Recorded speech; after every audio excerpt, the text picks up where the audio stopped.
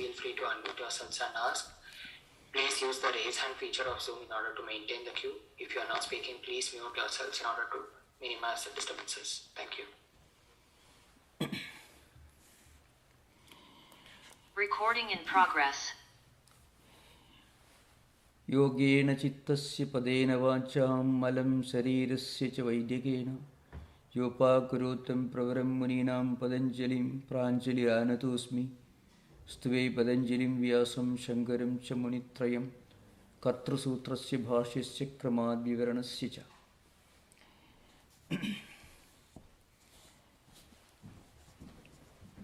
Some of these sutras are highly philosophical, and unlike the previous sutras, that we discussed till now, these sutras refer to some of the prominent schools of Indian philosophy, especially the Buddhist school.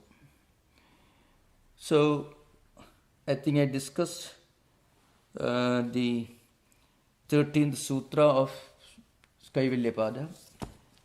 So today we discuss this 14th Parinamayikatvat Vastu Tattvam and Vastu Swami Chitta Bheda Tayoho Vibhakta Pantha. Two sutras are very, very important.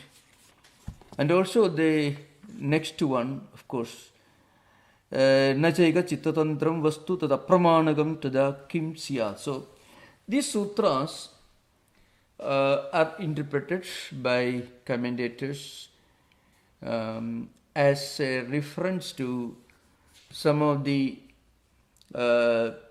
philosophical schools which are prevalent during Patanjali's time.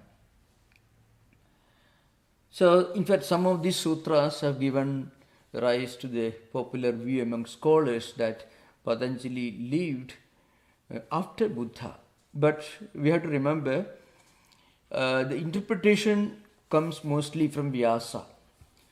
So, connecting these sutras with Vijnanavada is essentially a contribution of Vyasa and of course the succeeding lineage of commentators. So, the first sutra is Parinamayikatvat Vastu Tattvam. What it means is this. I mentioned this earlier. Ekatvam means Parinamayikatvam. Three guna, Sattva guna, Rajo guna and Tamo guna, when they evolve together, that the result is object. In other words, the compact unity and oneness of all objects are due to the simultaneous evolution from Prakriti. And Prakriti, we should remember, Prakriti Pradhana. It consists of Sattva guna, Rajo guna and Tamo guna. So when these three gunas evolve together, the result is this objective world. Now, it is in this context that Patanjali, or maybe Vyasa to be more precise, refers to some of the existing schools of thought in Buddhism. Vastu Swami Chitta Bhedad Tayoho Vibhakta Panthaga. This sutra cannot be understood unless we understand, we get a full picture of Vijnanavada. So, Vijnanavada essentially implies that objective world doesn't have an existence independent of a perceiving mind. In other words, when you perceive an object, then only that object as an ontological reality. See, this is the Vijnanavada view. I shall try to explain this in the light of some of the fundamental texts in Vijnanavada. To begin with, a brief introduction to the evolution of Buddhist thought. So those of you who are listening to this for the first time, when I refer to Buddhism, you may get the wrong impression that Patanjali is talking about Buddha or Buddha's teachings. Absolutely wrong.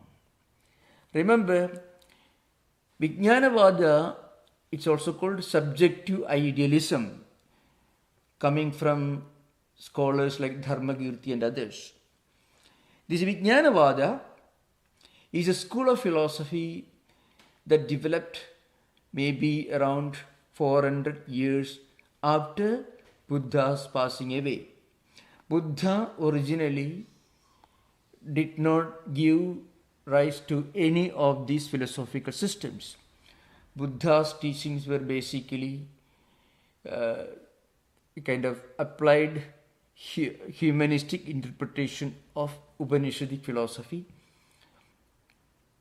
So whatever he taught were recorded in Pali canonical literature, which are known as Tripitaka, Sutta Pitaka, Vinaya Pitaka, Abhidhamma Pitaka, which all together deal with the Buddhist disciplines to be practiced, to be followed by Buddhist monks, some of the fundamental philosophical doctrines. Sutta Pitaka contains this Dhammapada, which is highly philosophical works, not very large work, small work, and Abhidhamma Pitaka. So Sutta Pitaka, Vinaya Pitaka, Abhidhamma Pitaka, which all deal with different aspects of Buddhist monastic order, disciplines, and also highly humanistic, ethical teachings of Buddha. Almost 350 years after Buddha's passing away, which must have taken place according to some scholars at 480 BC, different schools of Buddhism evolved. It's called the four schools of later Buddhism. They are known as Sautrantika and Vaibhashika, which are realistic schools, implying that they accepted the reality of external objects independent of the perceiving mind. That's the implication of realism in Buddhist tradition, more or less of course it is different from phenomenalism as understood in Western philosophy. But anyway, those two schools of realism linked to Hinayana Buddhism, it's called Sautrantika and Vaibhashika schools of philosophy. They accepted the reality of an objective world independent of a perceiving mind. They are realistic schools, mostly linked to Hinayana school of Buddhism. More traditional, they gave more importance to the Pali canonical literature. The other school, Mahayana Buddhism, that's a source of two schools of idealism. One is Shunyavada, the other is Vijnanavada. Of Shunyavada taught that is truth, existence, dissolution, all these are relative and all these are linked to our sankalpas, our thoughts. And what Buddha taught was only the relative phenomenon, that's called, according to the school of Shunyavada. These are very important to understand the deeper implications of these 2-3 sutras. That's why I'm trying to explain. It's not easy, of course, to give a full picture of these different schools of philosophy, but it is important to understand what Vijnanavada actually implies. And to understand Vijnanavada, you should also know the other school of idealism called Shunyavada. So according to the Shunyavada, there are two types of truths. One is Samvriddhi Satya, or relative, phenomenal reality, that is the universe and everything else. The other is Paramarthika Satta, Aupacharika Satta and Paramarthika Satta, Samvriddhi Satyam and Paramarthika Satyam, the relative and absolute. And absolute reality is Shunya. It is beyond all descriptions and definitions. So, Nagarjuna says in the Madhyamika Karika, Mula Madhyama Shastra, which is the Bible of Shunyavada, Sarva Ubalambho Shama, Prapanjopashama Shiva, Na Kojit Kasyachit Kaschid Dharmo Buddhena Deshitaka. Means, Buddha did not teach this highest truth of Shunya to anyone because it cannot be taught. It is beyond description. It is beyond definition.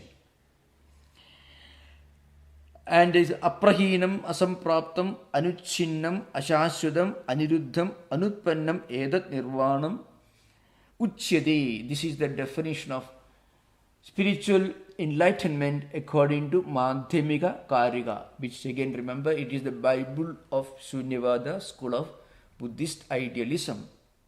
Those who want to see the text, we can see maybe the 25th chapter, 3rd verse. That is aprahinam, asampraptam, anuchinnam, ashashudam. Nirvanam or spiritual enlightenment is defined by Shunyavada in this language. Aniruddham, anutpannam, edat nirvanam, uchyade. What is nirvana? Nirvana is something that you cannot get rid of and you cannot obtain it. It is neither eternal nor non-eternal. It has neither beginning nor end. So, in other words, it is beyond description, beyond verbalization, beyond definition.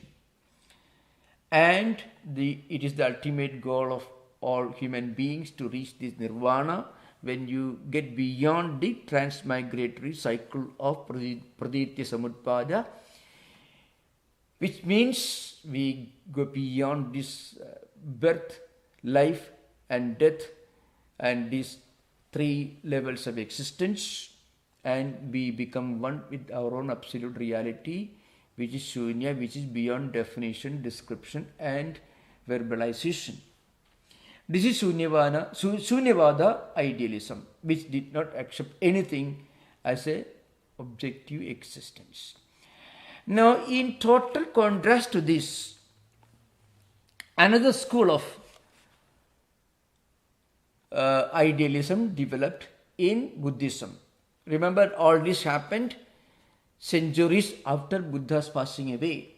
So, when you are reading this, listening to this, and when you find the Vyasa in his commentary on Yoga Sutras, and later you can find all these ideas much more in a much more profound language explained by Shankaracharya in his refutation of Vijnanavada. You should remember, they were not refuting Buddha's teachings. They were refuting some philosophical schools which emerged in Buddhist tradition centuries after Buddha's passing away, maybe 400 years after Buddha's passing away. People who don't understand this philosophical lineage and tradition will suddenly get the wrong impression that Patanjali refuted Buddha. Now, Buddha is a great man, great humanist. So people who don't understand this tradition, people who don't keep in mind that Vijnanavada or Buddhist school of subjective idealism is actually much more profound than George Berkeley's subjective idealism, which is 18th century philosophical school, which very superficial, because Buddhist subjective idealism is very, very profound. And all the historians of Western thought also acknowledge the fact that any trace of subjective idealism that you find in Plato and of course later on in Berkeley's classical works, that is only a distant echo of the ideas of Dignaga, Vasubandhu and other Asanga and other Buddhist philosophers who were actually the great exponents of Vijnanavada. Now, what did Vijnanavada teach? One important teaching was samsaram swapnamayakyam nacha karma vinashyati. That it means this external world, this world objective world, it is actually non-existent except when we perceive it. So, when you perceive a chair in front of you, then it has got an ontological status. If you don't perceive it, it doesn't exist. That's because these Vijnanavadins believed the Vijnanam or Chittam alone exists. So in the Patanjali Yoga Sutra you find two terms, Vastu and Chittam you find. Vastu means, Vastu or Artha means an object, objective world. What you perceive, the perceived object is Vastu. Chitta means the perceiving mind.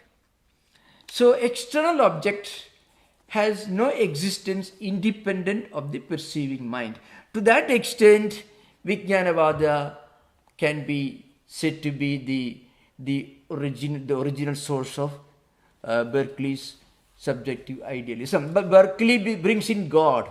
He says, for example, the entire universe of creation is a creation of different independent, different individual minds and God's mind. Now, the Vijnanavada scholars, thinkers like Dignaga, Vasubandhu and others, they don't bring God idea at all. They are, in that respect, they are very, very objective.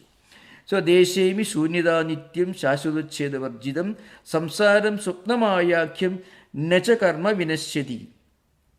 That is an important statement that's coming from Langavadara Sutra, which is one of the important texts in Buddhist tradition. It is a well-known text.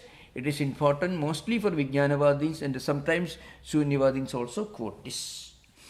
Now you can come to this sutra proper, because with this background, and when we read Vyasa's commentary, we will know more about this. Now, in the sutra you find Vastu Same Chitta Bheda Tayoho Vibhakta Pantha. This is the 15th sutra. What it means? The Vijnanavadins view that object and Chittam, awareness or knowledge or understanding, they are the same. In other words, an object has no existence other than its awareness in our mind. Now, this is absolutely unacceptable. That is what Patanjali says. Patanjali says this is totally unacceptable. And of course, Vyasa will place before you many arguments. Vastu Samya. Vastu Samya actually means, it means mind and object, they are the same. This view of Vijnanavadins, if you accept this, then how do you explain Chitta Bheda? You may see an object and that object will create one sensation in your mind. Suppose you get the news that suddenly you have become a millionaire. That kind of language, at least most of you will understand. Suddenly you feel you have hit a huge lottery. Maybe your shares have gone up and you hit it. Maybe you suddenly have got, your shares, stocks have gone up and you get $1 million suddenly. And now, somebody who is not friendly with you, that person will listen to this news with a different mindset, with a different approach. If you go to a museum, let us say you are seeing an object, hundreds of, maybe thousands of people may look at the same object in a museum. These hundreds of people, thousands of people do not have the same identical sensation. Some people may be happy, some people will be less happy, and some people may not be very happy at all. When somebody who is not your friend hears the news that you have got $1 million, he may not be very happy about it. You are very happy, your friends are very happy about it. So, event or objects and mind are the same, then the sensation response of the mind to the same event, the same object should be identical. So chitta bheda means there is a difference with regard to the reaction of the mind. Chitta means, bheda means difference. So sometimes mind will be happy about an object, seeing an object, or experiencing some event. Sometimes mind will be unhappy, sometimes will be depressed. So why is this difference? If object and mind are the same, then 1,000 people having an experience will have the same identical experience. Not necessarily. We ourselves will have one experience now when we see an object, and after some time that object may produce its opposite feeling in our mind. So why this difference?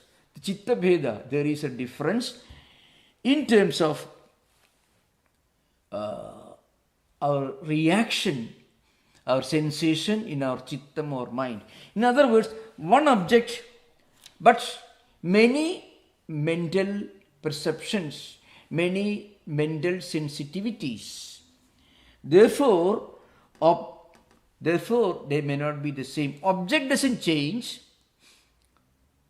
If in your, maybe you pursue a chair, maybe you are looking at a great painting and you are a great painter yourself, or you may be seeing a great architectural marvel.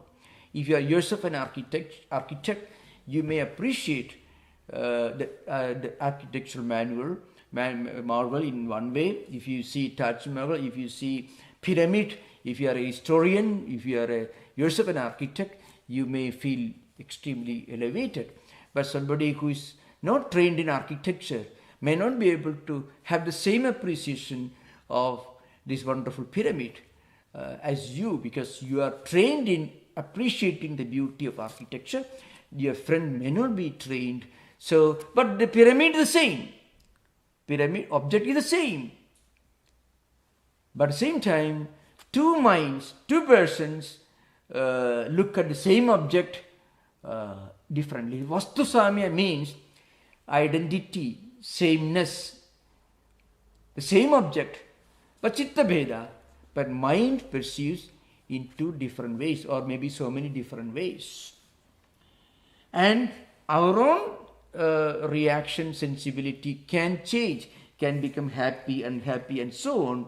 Oh, now we are happy, another time we may be unhappy with regard to the same object.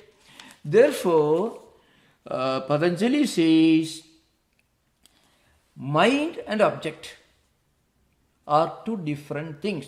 In other words, he says that objective world has an ontological status, ontological existence independent of perceiving minds. That means it's a complete refutation of Buddhist Vijnanavada, and of course because Buddhist Vijnanavada, the literature is very huge and very, very deep, so it goes much deeper than Berkeley's Vijnanavada. So this is the way. Now if you look at the commentary, it's very, very important commentary. It's a very famous commentary. Before going to the 15th Sutra, I shall just read the last portion of Vyasa's commentary on the 14th Sutra, where Vyasa begins to make his views very clear with regard to Vijnanavada. So the commentary is this, the last paragraph of Vyasa's commentary. Nastyartho vijnana visagacharaha asti tu jnanamartham visagacharam swapnado kalpidam idi anaya disha ye vastu swarupam apaknuvade jnana parikalpana matram vastu swapna vishayopamam na paramarthadaha asti idi ye ahu te tatha idi pratyubasthabidam samahatmena vastu katham apramanagatvena vigalpa jnanabelena vastu swarupam utsrijya tadeva apalavantaha Sadheya Vachana Sihu. It's very famous. And of course, it refers to some of the previous sutras of Patanjali. So at the beginning, Vyasa is refuting the Vijnanavada Buddhist view of, or maybe it means Vijnanavadis negate the reality of objective universe. Vyasa says no, objective universe does have a reality. Objects do have an existence independent of mind or perceiving mind. Now the commentary is this. Nasti arthaga vijnana visakacharaka asti. That means, so people, Vijnanavadin say, vijnana visakacharaka asti artha nasti means objective world or external objects have no real existence independent or devoid of mental perception. This is the argument. And then they say, what is the argument? Their argument is, there is no object without being perceived with consciousness. In other words, that's their view. If there is an object, it exists only so long as we perceive it. Without an object, there is no awareness. In other words, there is awareness without object, but there is no object without awareness. So what they say, you perceive a chair and the chair is gone. Maybe somebody has taken away that chair. But your awareness of the existence of that chair is still in your mind and they remain as memory, sensation, samskaras, vasanas, etc. But object is gone. In other words, your awareness remains in your mind, but the external object of which you are aware, that is gone. It can disappear. You may have seen something yesterday, this morning, but it's not there in front of you, but its awareness, its knowledge is there in your mind. Therefore, awareness can exist independent of object. Objects cannot exist independent of awareness. Awareness means vijnanam. So you can say awareness, vijnanam, chittam, knowledge, all these should be more or less understood to be identical in this particular context. So this is the argument, this is the Vijnanavadin's argument, remember, which Vyasa is not willing to agree. Means there is no object without being associated with awareness or Vijnanam. But without an object, it is possible for you to have knowledge or Vijnanam. This is the argument. So, nasti artho vijnana visagacharaka asti. To jnanam artham visagacharam swapnadu. So it means, for example, in dreams, for example. In dream, you see many things. You are aware of all. There are awareness, but those things may not exist in the external world. But awareness is there. So awareness is greater than external objects. External objects are dependent upon awareness. Vastu is dependent upon vijnanam or chittam. That's the implication here. So swapnadu, like daydreaming, maybe daydream also. Dream also or daydream also. Kalpidam idi anaya disha ye vastu sarupam avaknuvade. So in other words, they refute the reality of objects. They refuse to accept the reality of external object. Vastu means external object. Saruva means its existence. Avaknuvade means they refuse to accept or they reject. This is Vijnanavadin's view. Jnana parikalpana matram vastu. In other words, an object is nothing but a parikalpana, a perception taking place in the mind. Objective universe has no existence independent of the perceiving mind. And this is object is only Object is only a creation of mind, that's their view. An external object is only a creation of mind. This is the Vijnanavadin's view.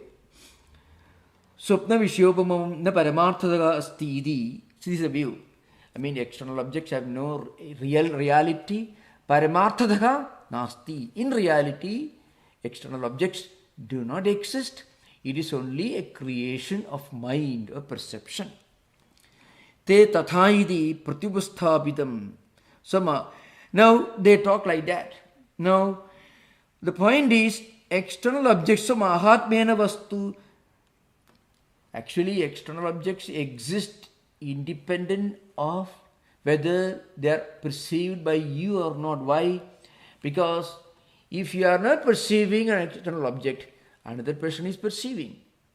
Suppose there is a chair in front of you, you close your eyes. Vijnanavadins will tell you the chair doesn't exist because you don't see it, you don't perceive it, except in memory. But another person looking at the same chair is perceiving that chair. So you can find, if it is just a creation of the mind, then the external object should cease to exist when you don't perceive it, even for others, but others continue experiencing that object. You may have closed your eyes, but others have opened their eyes, they are perceiving it. So Vyasa uses a strong language here, Katham apramanagattvena vikalpa jnana belena. Vikalpa, vikalpa is one of the vrittis. Vrittaya panchadaya. You can find pramana, viparya, vikalpa, nidra, smrutaya. These are the 5 vrittis. What is vikalpa? Vikalpa is shabda jnananubadi vastu sunyaha. It is just a verbal formation. See, for example, Vandhyaputra, Gandharvanagara, Khapushpa. Let us say a flower in the sky, Khapushpa. Or Gandharvanagara, a city in the sky. Just a verbal expression. It's not even a pramana. It is just a verbal expression without a corresponding reality. That's how Vijnanavadins interpret this word. Samsaram Swapnamayakyam. I already quoted from Lankavadara Sutra earlier. Lankavadara Sutra is a very important document for Vijnanavadins. So Dignaga, Vasubandhu, all of them accept that as an important text. So Vyasa says, Buddhists, Vijnanavadins tell you that this external world is only vikalpa. Vikalpa means Shabda jnananupadi vastu sunyaha vikalpaha. Vastu sunya, there is no object, but it's just a word, a verbal expression. Let us say, for example, the horns of a hare. Hare cannot have horns, but it is possible for you to construct such a word. That is a word without a corresponding reality. Like that, Vijnanavadins tell you the external world is only a vikalpa. And then he is asking a question, Vastu Surupam Utsrujya. They reject the reality of external objects. Tadeva balabantaha saddheya vajanasyahu. So how can you consider their words to be authentic, to be taken seriously? This is the conclusion of Vyasa's commentary on, I think it's a 14th sutra. So again, samsaram swapnamaya kim nacha karma vinasyati. Karma doesn't cease to exist. But samsara, external world, it has no existence other than when you are aware of it, other than the form of awareness in your mind. This is the 14th sutra. After that, we will come to, I think, the 15th sutra. Before that, of course, we have to, the well-known statement is there, which I already made, I think, yeah. So here, by Shankaracharya and others, That distorted perception is the reality so far as that person is concerned, because the problems with his eyes can only give him a distorted vision, distorted understanding of that object. So if you have got a problem with your eye, you may see an object, a white object you may see as yellow, and a yellow object you may see as white. So far as you are concerned, it is what you perceive. The object itself is yellow or white depending upon the condition of your eyes. That is the view of Vijnanavad. That's why, Vijnapti matram eva idad. Edat sarvam Vijnapti matram. Everything is only Vijnanam, perception. Asat arthabhasana yatha taimirikasya asat keshadi darshanam. A person may not have hairs, but if you have a problem with your eyes, then you may see a person endowed with long hair. That is this well-known writer. Of course, remember, all these ideas have themselves some very profound implications. It's the glorious evolution of world thought. At least you can find echo in the later subjective idealists like the subjective idealism of George Berkeley. Shankaracharya, he tries to respond to this view of Vijnanavada. That is very interesting to see. Vijnanavadins will tell you, suppose you had a wonderful meal and you eaten food. Vijnanavadins will tell you, so long as you remember that you have a wonderful meal, it is real, otherwise it is not. Sevam prapte bhrumaka na bhava ulabdhehi iti khalu, he says, na khalu abhavo bahyartha sadhyavasadum shakyade kasma ubalabdhehi. Ubalabdhehi pratipratyam bahyartha sambhava kutyam ghadapada iti. This means, yathahi kaschit bunjano bujisadhyayam trupto swayam anubhuyamanayam eva bruyat naham bunje nava trupyami iti. You see what?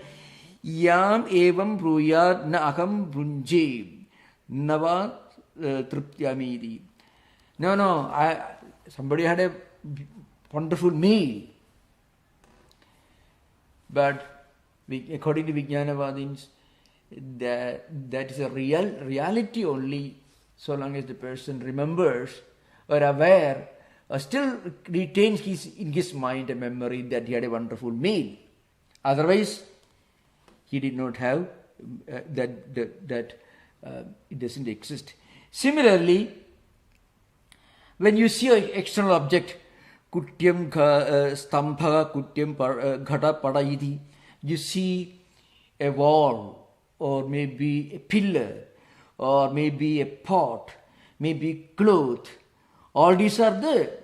Now, these are real only so long as their awareness exists in your mental system.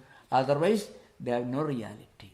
Shankaracharya says, the pot is there, the wall is there, the cloth is there, but they will not be there all the time. A pot in the shape of an object in which you can store water, made of clay, that is there. But that is there only so long as it remains in that shape, in that form. Then it is called ghata, means a pot. You break it, it becomes mrit, becomes clay. So, it exists only for the time being. And all these exist for the time being, but they are not totally non-existent. This is an important point in Advaita Vedanta. Advaita Vedantists do not reject the reality of external world. They only will tell you that this external world doesn't exist all the time. They are not eternal. Why? Because they are subject to changes. You break a pot, it changes and becomes clay. A pot maker he manufactures a pot out of clay. So the clay becomes the pot, it's a change, and you break it, the pot goes back to its clay form. That means it changed. So it means it is not absolutely real, but it is not absolutely unreal. It is subject to changes. It is relative. So actually, Shankaracharya in his commentaries, he brings about a reconciliation between, you may call it subjective idealism and objective idealism.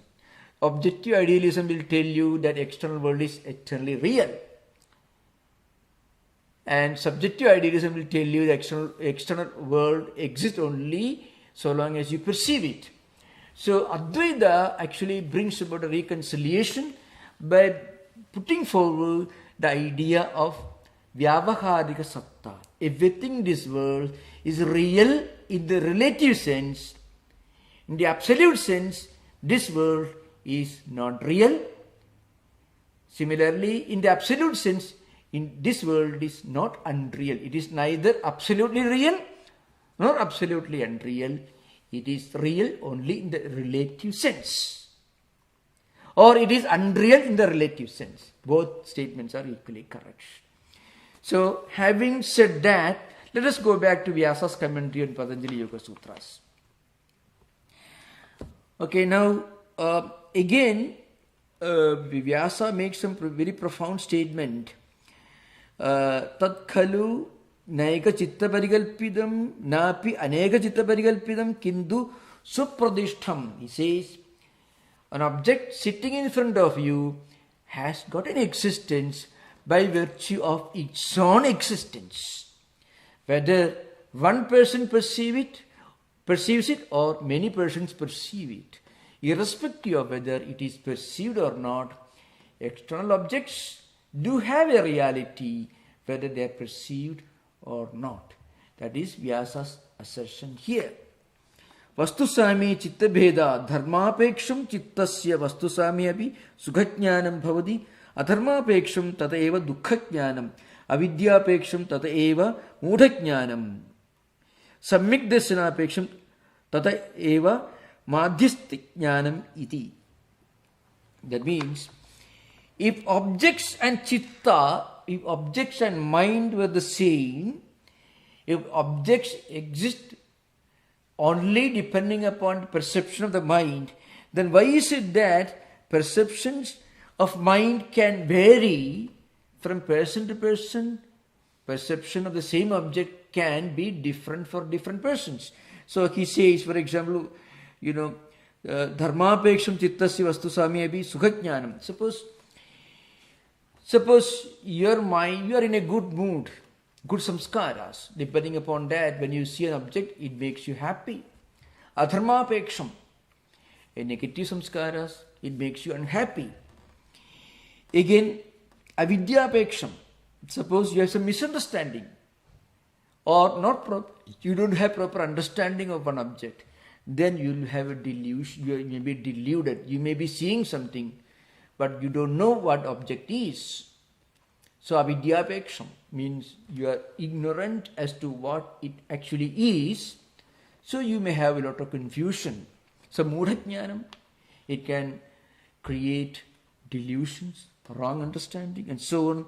Sammikdasanapeksham, suppose you have proper understanding, then you know what happens. Tadaiva madhyasthijnanam, then you have a very unprejudiced, proper, objective, correct understanding. When we have correct understanding, we can have a very objective, clear perception or judgment of anything. But if you are not aware of what it is, your perception may be highly cluttered or may be highly deluded.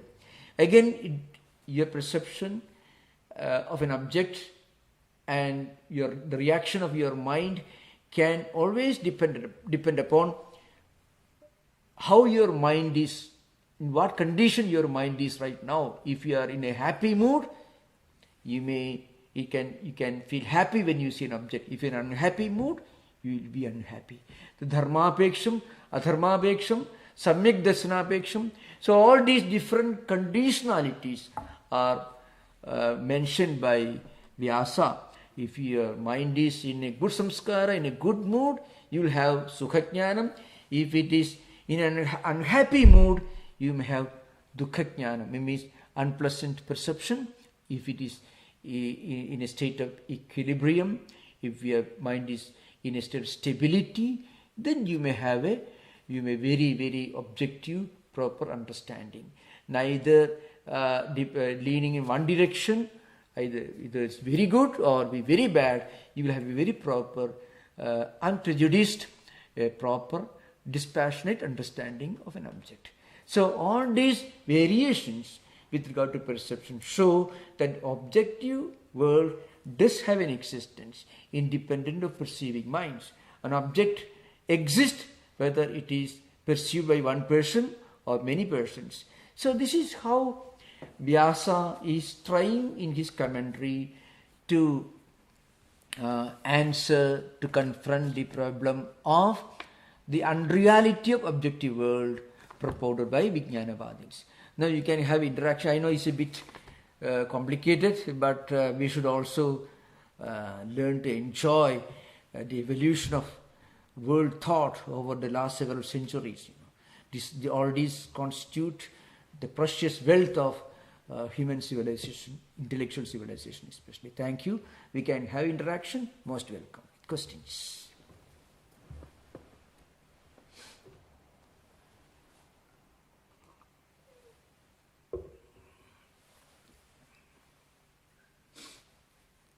Namaskar, Maharaj. Namaskar. I was monitoring the Facebook feed, which I think may have ended. Yeah.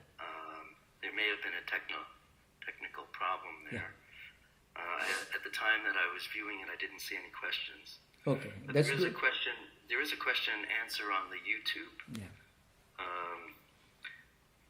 How to, let's see, different levels of consciousness have different perceptions towards everything. Mind and object are different based on each chitta. We are only looking at things from the color of our lens. How to permanently become situated in this understanding? I understand it at all levels, but why do we forget it when dealing with the external world? There was a response. So the chat continues with the response. I think the whole point is that each of our chitta is different based on many past lives, and that influence each of our perceptions of the object, and this might be the foundation for future sutras. So the students are having a dialogue here. Interesting. So there are two aspects with about today's session. One is, it's a bit academic and it deals with the evolution of different systems of thought, Buddhist philosophy and also yoga philosophy and also Vedanta philosophy. And the second aspect is, what are we to do with all this? So I shall deal with the later problem. But the answer is, Vedanta brings about a reconciliation between the two contrasting views that you may have found here. One is subjective idealism put forward by Vijnanavadins. They believe that everything depends upon mind. External objects do not have any existence independent of mind. Now, that is actually a very unrealistic view. The reason why I had to take you back to the early centuries when these philosophical systems evolved. There were two schools of realism, Sautrantikas and Vaibhashikas. They were extreme realists in Buddhist tradition. They did believe in the reality of external world. So very often the idealists wrote these books in response to the schools of realism that emerged within Buddhism itself. But what Shankaracharya did was, he said, well, you are right. He told Vijnanavadins, you are perfectly right. that external world, external objects do not have existence. But one correction, external world doesn't have an existence in the sense it doesn't have an eternal existence. It changes, so it is not eternally real. It's not real with the capital letter R. But you cannot deny the relative reality. You cannot say, after having a heavy meal, wonderful meal, you cannot say, no, I did not eat. You have seen a pot in front of you, and then you close your eyes. You cannot say, no, there is no pot in front of me. You cannot say that. In fact, that's the language he uses in the Brahma Sutra Bhashya, referring to that. So he says, external things, external objects do have an existence only in the relative sense. They don't have an absolute existence because they change. Anything that is subject to changes cannot be said to be absolutely real. So they are real only in the relative sense. But at the same time, they are not absolutely unreal because we are experiencing this objective universe. We live in this world. We deal with different objects in this world. So we cannot deny their relative existence. So Shankaracharya brings about a reconciliation. That's why I mentioned earlier, Swami Vivekananda, when he interpreted Yoga Sutras, he somehow connects yoga philosophy to Vedanta. In fact, that's one of the reasons why many scholars have no doubt that Vyasa, who wrote this commentary, himself was the author of Brahma Sutras. That's one view, because Brahma Sutras, 554 sutras, Vyasa wrote, Badarayana Sutras. The same Vyasa wrote this well-known Badarayana Sutras. But you have to remember that subjective idealism in India doesn't begin with Vijnanavadins. Subjective idealism, in one way or other, in one shade or another, did exist even during the pre-Buddhist period. But it took a definite shape with the emergence of the great Buddhist scholars during the post-Buddha period. That's all. Maharaj, I've often seen the description of the commentator Vijnana Bhikshu as a great bridge between Hinduism and Buddhism. Yeah. But from your description today, it sounds as though the bridge was already there. Yeah, bridge only was there in Vyasa. Yeah. Vyasa, let's say, Vastu Swami Chitta Bheda means with regard to same object, different minds perceive differently the same object. So we cannot say that an external world, external object doesn't independently exist, independent of perception. They do exist independent of perception. So in a way, these views actually, this also effectively refutes subjective idealism of Berkeley, of course. Of course. You mentioned the practical aspects, the impact of this philosophy on us. I'm curious what you meant by the practical import. Yeah, I think it is the idea that the external world as such doesn't count for much. There is a higher truth than what we see in front of us. So that view, it slowly emerges in so many systems of philosophy. I mean, there is more to the reality than what we perceive with our mind and the five senses of perception. So any system of philosophy that takes you beyond phenomenalism, extreme kind of realism, it is always welcome.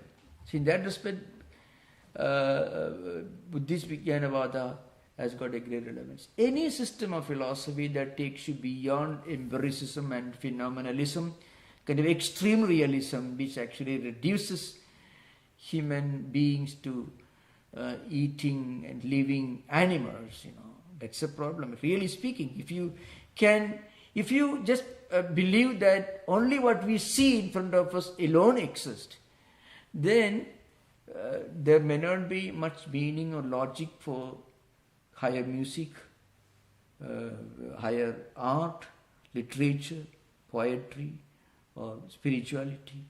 So there is something much more than what we see in front of us. So in that respect, the total rejection of external world that you find in Vijnanavada, it catches you by the throat and takes you out of the stranglehold of phenomenalistic realism. Yeah.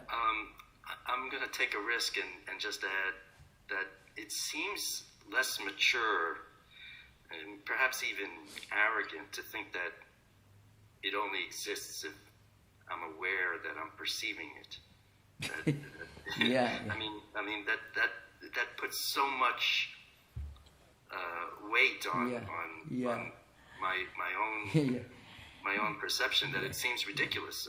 But solipsism is called solipsism.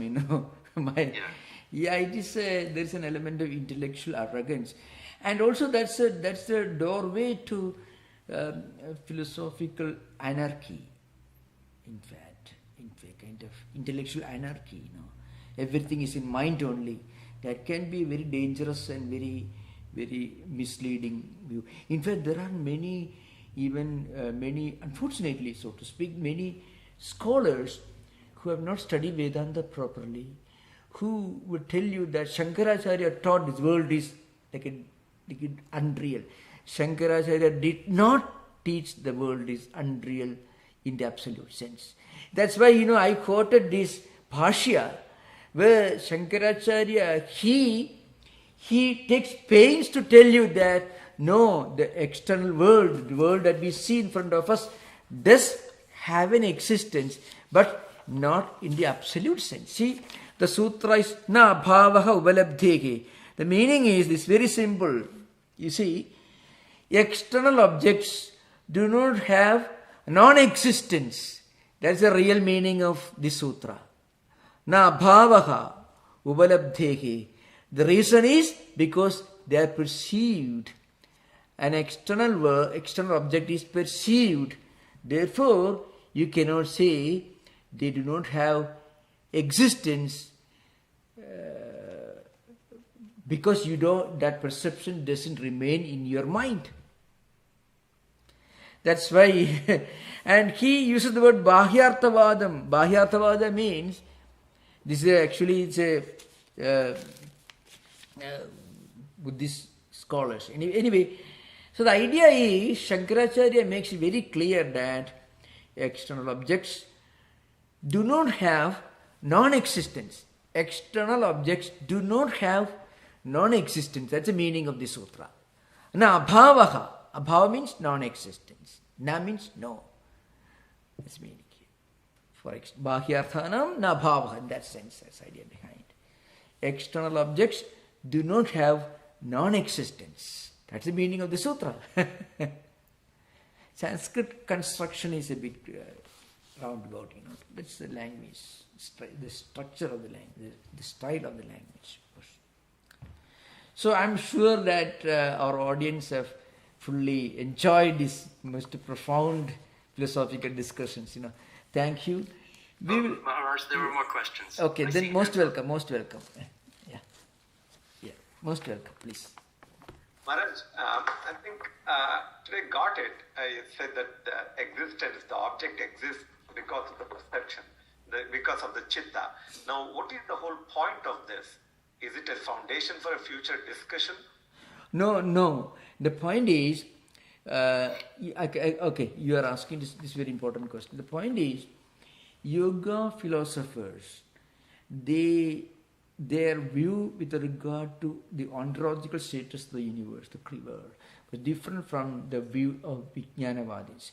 So one of the possible answers to your question is that during the time when Vyasa wrote these commentaries, this Vyasa, we have to remember, most probably this Vyasa must have been a Vyasa, other than the Vyasa who wrote Mahabharata, including Bhagavad Gita, or the one who edited the Vedas. This, Vyasa, there were so many Vyasas.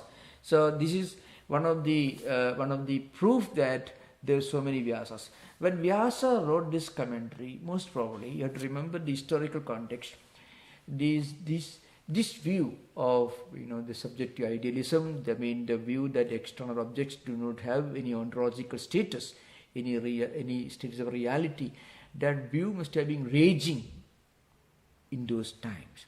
Today, if you are writing a book on philosophy, you have to bring in many views in philosophy and logic which are current in our times. So, unless you get an idea of the evolution of Indian thought, and unless you get an idea, why you may ask the question, why Shankaracharya worried so much about what Imams are telling? No, but when you see in Bay Area, the Intel, Infosys, whatever, maybe in India, wherever it is, we don't see any Imams conducting Vedic rituals. So why Shankaracharya worried so much? You have to think of the times in which he lived.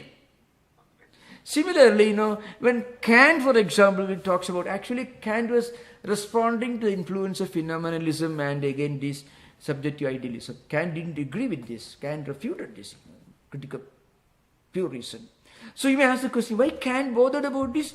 You have to ask Kant, who lived much in an earlier era. Similarly, when Vyasa wrote these commentaries, you have to remember, perhaps this view must have been the most popular subject for discussion in those times. That's what I remember, the historical context. Somebody will ask, I know that many people are terribly offended. Why Shankaracharya asked these highly complicated questions and arguments and logic and epistemology and hermeneutics? Why did he make a statement clearly? But you have to think of the times in which he lived and his mission. Sri Ramakrishna lived in 19th century, later half of 19th century. I mean, he taught in the later half of 19th century. Look at Sri Ramakrishna's life, very simple.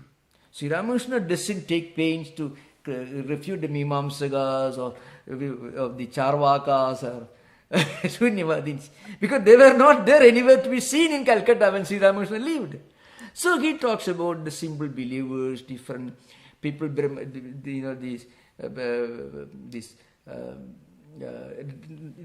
Kesha Chandra Sen, Brahma Samaj. They were the raging people. So Sri Ramakrishna talks of Brahma Samaj, new Brahma Jnanis he's talking about. Brahma Samaj people. And he's talking about people who have different views, religion. So similarly, a great teacher, when he lives and teaches, in one way, he is a product of his times. Secondly, you can find he is the result of an evolution of a spiritual, intellectual, philosophical culture.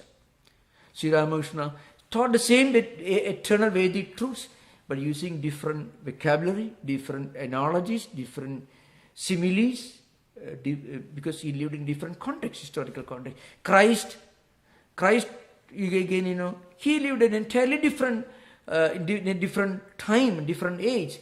So the language he used, the similes, the analogies he used were the right ones for those times. Look at Buddha's Jataka tales. You can find that the analogies, the illustrations he used, they belong to an ancient era. So we have to remember the context, historical context. But the truth is the same, historical context is different. Okay, thank you. There is another question. Yeah. Go ahead, Kathleen. Maharaj. Yeah. Most welcome. I understand it that when a person, there's an echo here, when a person uses as much of their understanding and knowledge to attain or reach Brahman or their Atman, Yeah. there comes a certain point where their knowledge is no longer useful Yeah. for getting there. And from what I understand is there are certain sages and saints Yeah. who have realized Brahman, and I think they say when that happens, the world disappears. There is no relative world. Is that correct? Okay. The world, as world disappears, the world exists as non-different from Brahman. This is an important thing. The world disappearing, that should be understood in the correct Vedantic sense. What it means is, I can explain this in the light of the classical analogy illustration, because the ancient illustration is so apt and right on the spot. See, the dark room, suppose a semi-dark room, there is some light, not enough light, so an object is lying on the floor, it can be mistaken to be a snake because there is not enough light.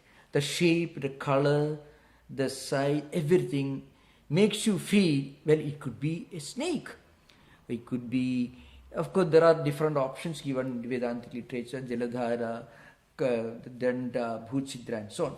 But Sarpa, people may mistake, well, that object is a snake. But actually it is a rope.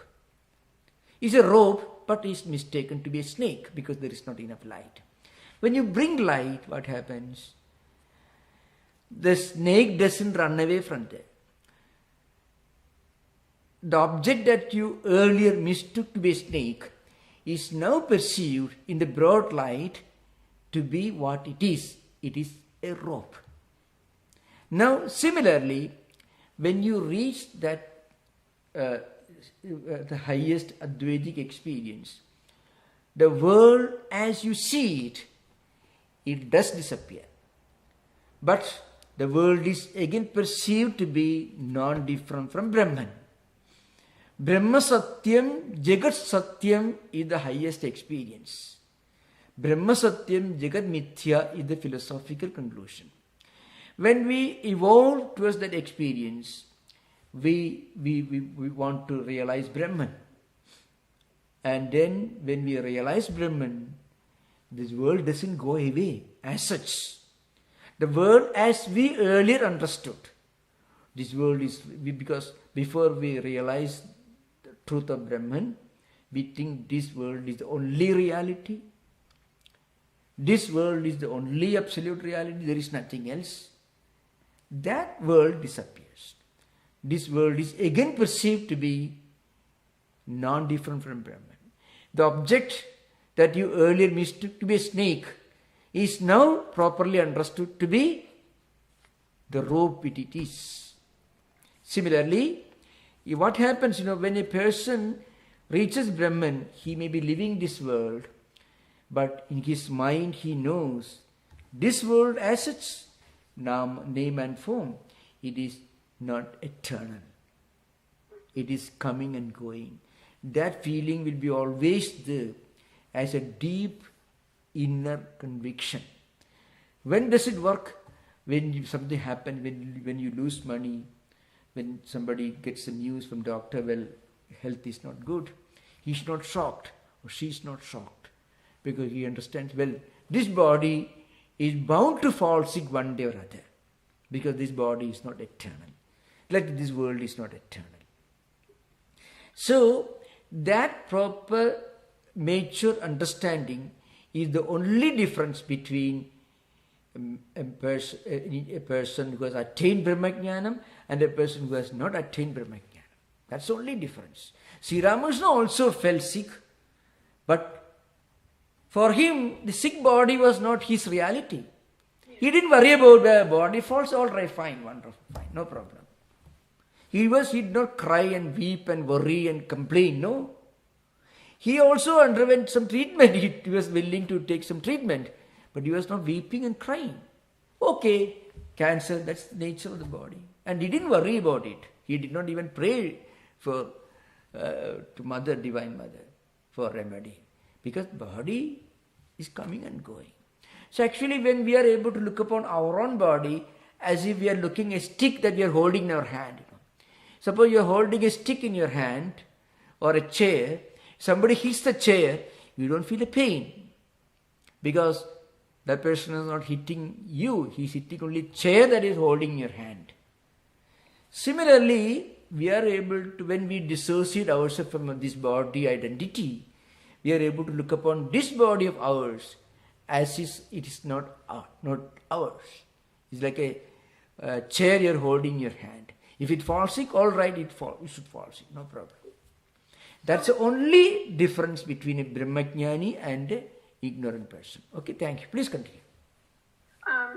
The example of the snake and the stick, is that because when we're in the relative world, we see the snake and we fear, and it could mean death, and it leads to not understanding the reality, the divine reality. But when a person reaches the state like Arjuna was looking for, and Krishna was helping us towards, if you see the snake, if you see a snake, it couldn't possibly be dangerous because there's no success, no failure, no good or bad. But it is an object, but it's Brahman, it's all one. Is that why the snake and the stick are the snake and rope analogy is used only in a limited context. So we should not take an example beyond the context. Example is only partially justified. This is a central principle in Vedantic logic. An example should only be taken in its limited context. So here the only sense in which it is to be understood is, so long as we don't pursue the reality for what it is, we will have a lot of misunderstandings. When we really get the higher experience, then our earlier misunderstandings will not bother us. So that should be an important point. When we reach that experience, then these questions will not arise at all. That's why example should not be followed beyond its narrow, limited context. Beyond that, example has no meaning. Suppose you give the example. There are many examples. We don't go deeper into examples. Examples are meant to play a very limited role. This is a central principle in Vedanta. Drishtanta means example. Dashtantika means what it tries to exemplify. So there is a limited context in which they should be understood, not beyond that. So when we actually reach a kind of experience, then many of the earlier questions that we may ask, those questions are not answered. Those questions cease to be questions. We laugh at ourselves. I actually raised these questions. How foolish it was on my part to raise this question. Because questions are not really answered in spiritual life. You transcend that level in which you ask those questions. So questions are no more questions. That's why questions disappear. They don't get answers. They just disappear. Okay. Thank you. Thank you. Thank you. Thank you. Thank you.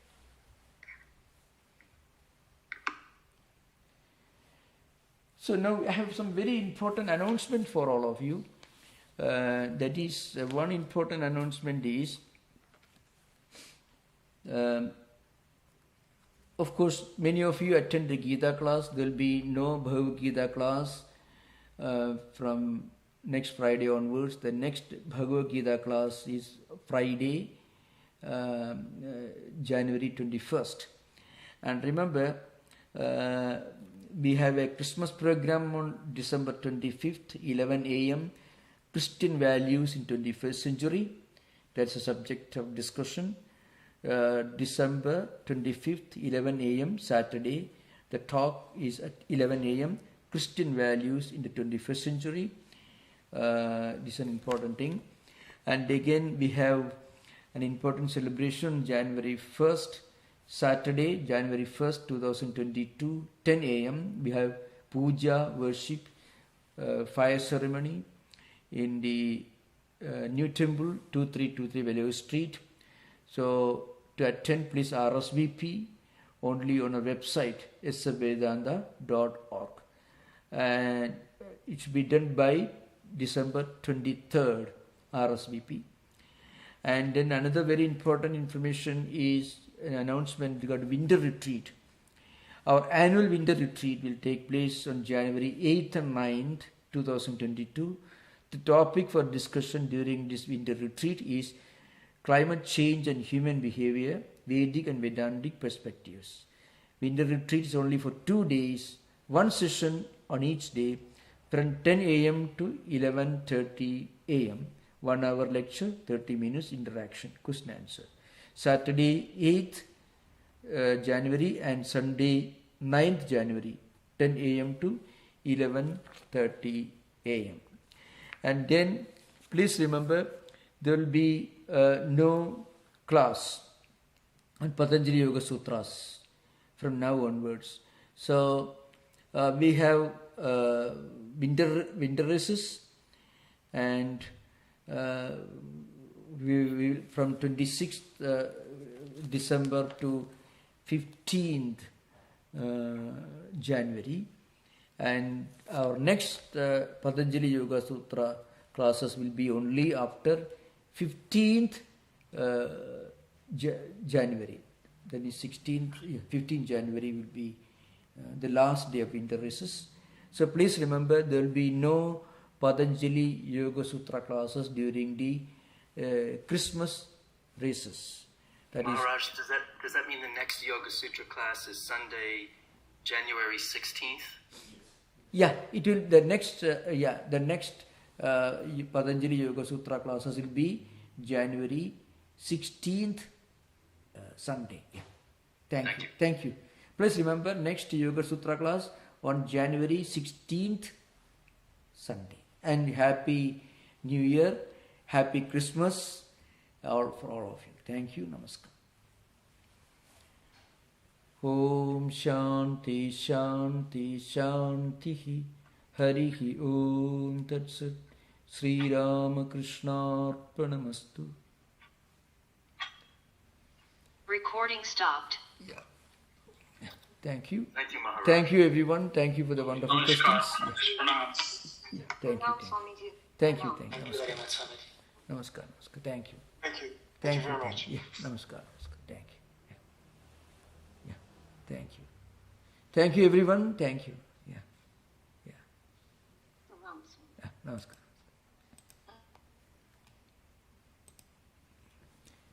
16th Sunday, Vedantaji. See, James, can you see your computer, your iPhone? Calendar?